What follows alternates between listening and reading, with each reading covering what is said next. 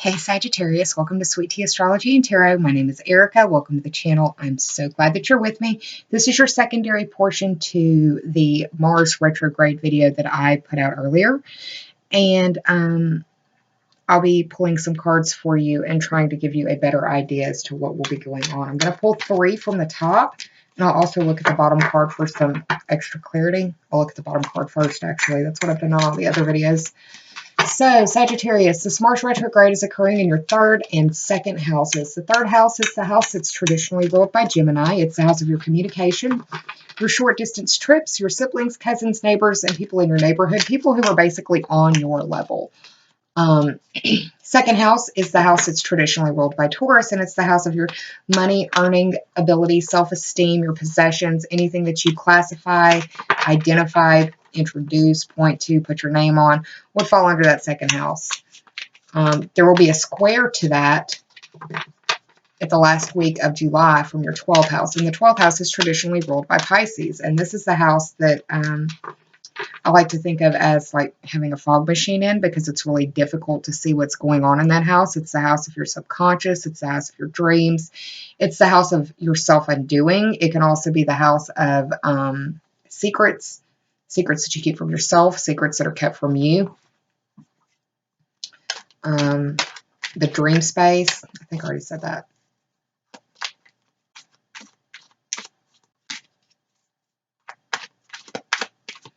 What do my Sagittarians need to know for this coming Mars retrograde? What can the cards show them? What do they need to learn? What do they need to see? If you haven't watched the introductory video for Mars and Mars going retrograde this year, we are currently under the shadow of Mars retrograde right now. It started on the 12th of May, and this retrograde cycle will be completely finished on the 9th of October of this year, where it will go direct, where Mars will be direct and completely clear of its shadow at 9 degrees of Aquarius. So, I've done enough talking. I'm going to cut the deck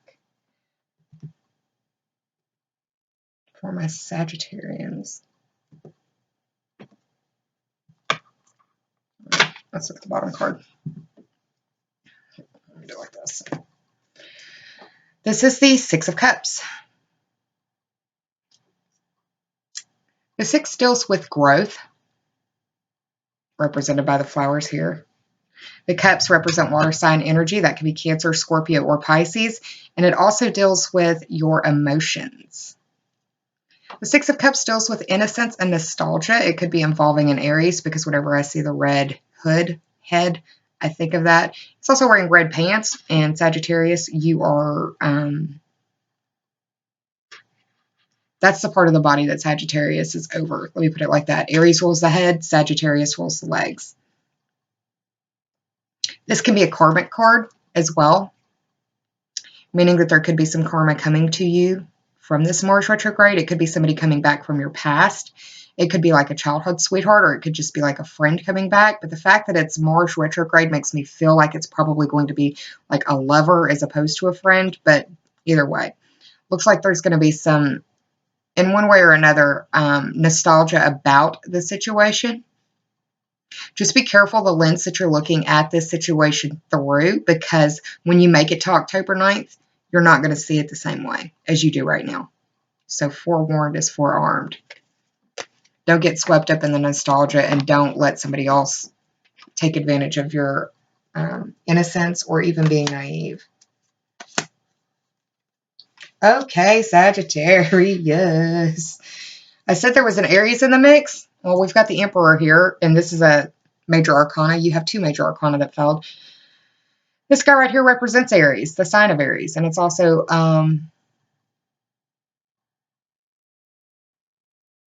it deals with males, and or it rules, or it could speak to the male principle, the masculine principle. It also speaks to your ambition, and it could be the fact that you either don't have any ambition or you have too much ambition, and what you need to do to rectify that.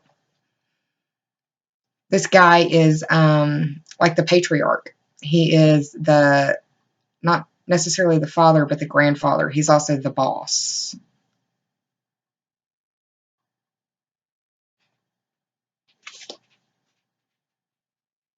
Who do you know that is an Aries? That was the last card. First card that popped out is the Hierophant. The Hierophant, however you pronounce it, is the major arcana that represents the zodiac sign of Taurus, which makes me immediately think of Uranus moving into Taurus. Some shocks and surprises going on for you in that regard. I've already put out a video speaking about Uranus and Taurus, and I put out an oracle video, an oracle card video that is, the language is a little saucy, I'm not going to lie, but it cuts to the point and it gets right to it, and the majority of my viewers have really enjoyed it. This guy also represents authority figures in your world, which could be the boss or the father or the grandfather. This could also be like searching for higher meaning, either through spiritual development or higher education. I see this as the board, and this like the CEO, if you will. Whatever happens has to go through these people. This guy has the final say, but there's more than one person that has a say in whatever it is that's going on. And when you're dealing with authority figures, that's definitely something that could be the case. And when it deals with searching for like higher wisdom, if you've got to go to college, you have to put in an application and people put their hands on it and people decide whether you're going to be accepted or not. So if it's not a spiritual meaning, it could also be just the fact that you've got a Taurus in your life that is either, it could be somebody that you feel a romantic link to in one way or another. Something else that's really interesting about the synchronicity of how this all fell out was the Emperor is the 4th card of the major arcana.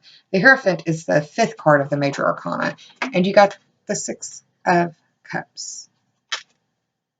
And all of these cards are surrounding the Queen of Wands, which I think is you. Queen of Wands is a very influential female type energy. It doesn't have to be female, but this card represents feminine energy and females. The Wands represent fire sign energy. This can be Aries, the red hood. It can be Aries, Leo, or Sagittarius. You are Sagittarius. She is exuberant. She is vibrant. Once upon a time, they called her promiscuous because her knees are apart, but I don't see it as promiscuity. I see it as her willing to stand and fight for what she loves and what is what matters the most to her. And she's not going to do a whole lot of thinking about whether she needs to act or not. She's a very action-oriented energy.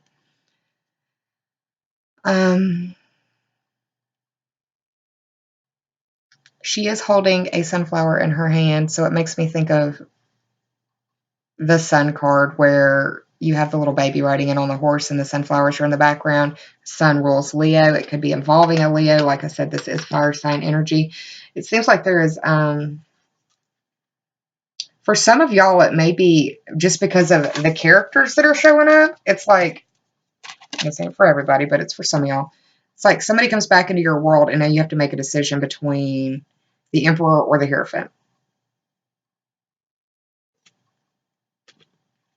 And it feels innocent. It feels nostalgic. It feels like you may have a karmic link or like, I don't use this word often, but like twin flame kind of energy. And it's going to feel that way because Mars is retrograde and that deals with your sexual impulses and your sexual attraction and your lust. And that going on in your 3rd and 2nd house is indicative that there could be a situation where your self-esteem is sparked by a new romance.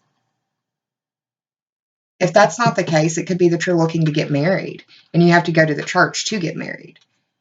And you've been longtime sweethearts, or you were childhood sweethearts and you found each other again. It's kind of what is coming up for me in this reading for you, Sagittarius. Again, you've got this Mars retrograding in the 3rd and 2nd house. That is, the 3rd house is ruled by Gemini. The 2nd house is ruled by Taurus. your values, your earning ability, your self-esteem, your possessions, the things that you care about that you have to have close for your comfort. Taurus. This is also authority figures.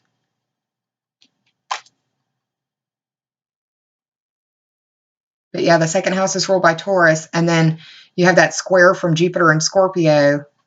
That is from the 12th house. So it could be like a secret relationship. Remember, karma will come back and bite you in the ass. So whatever you do, have integrity. If you're in a relationship that you don't want to be in anymore, then you need to speak up before you go and jump into another relationship with somebody else. But if I'm being 100% with you, and I know y'all like it when I keep it 100, because that's just what Sagittarians love, you need to cool it before you jump into a relationship with somebody else. I was going to say jump into bed, but that's far too assuming on my part. Before you jump into a relationship with this other person. Because like I said, the way that you see it right now, everything is kosher. Everything is great. There's attraction. It's popping. It's hot. However, come October 9th, you're going to see this person, the situation, or whatever in a completely different light. And it's probably going to have a lot to do with Uranus and Taurus. So I definitely suggest you go check out that video. This is one of the longest videos I've done for this series. So I'm going to round it out. Looks like there's some people coming into your world, and they're very, very influential. They could be people from your past. It looks like it could be a possible secret relationship or secret lovers that turn into wanting to get married, something like that.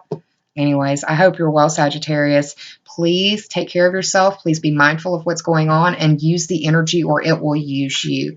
Sending you a lot of love. Take care of yourself, y'all. I'll see you soon. Bye.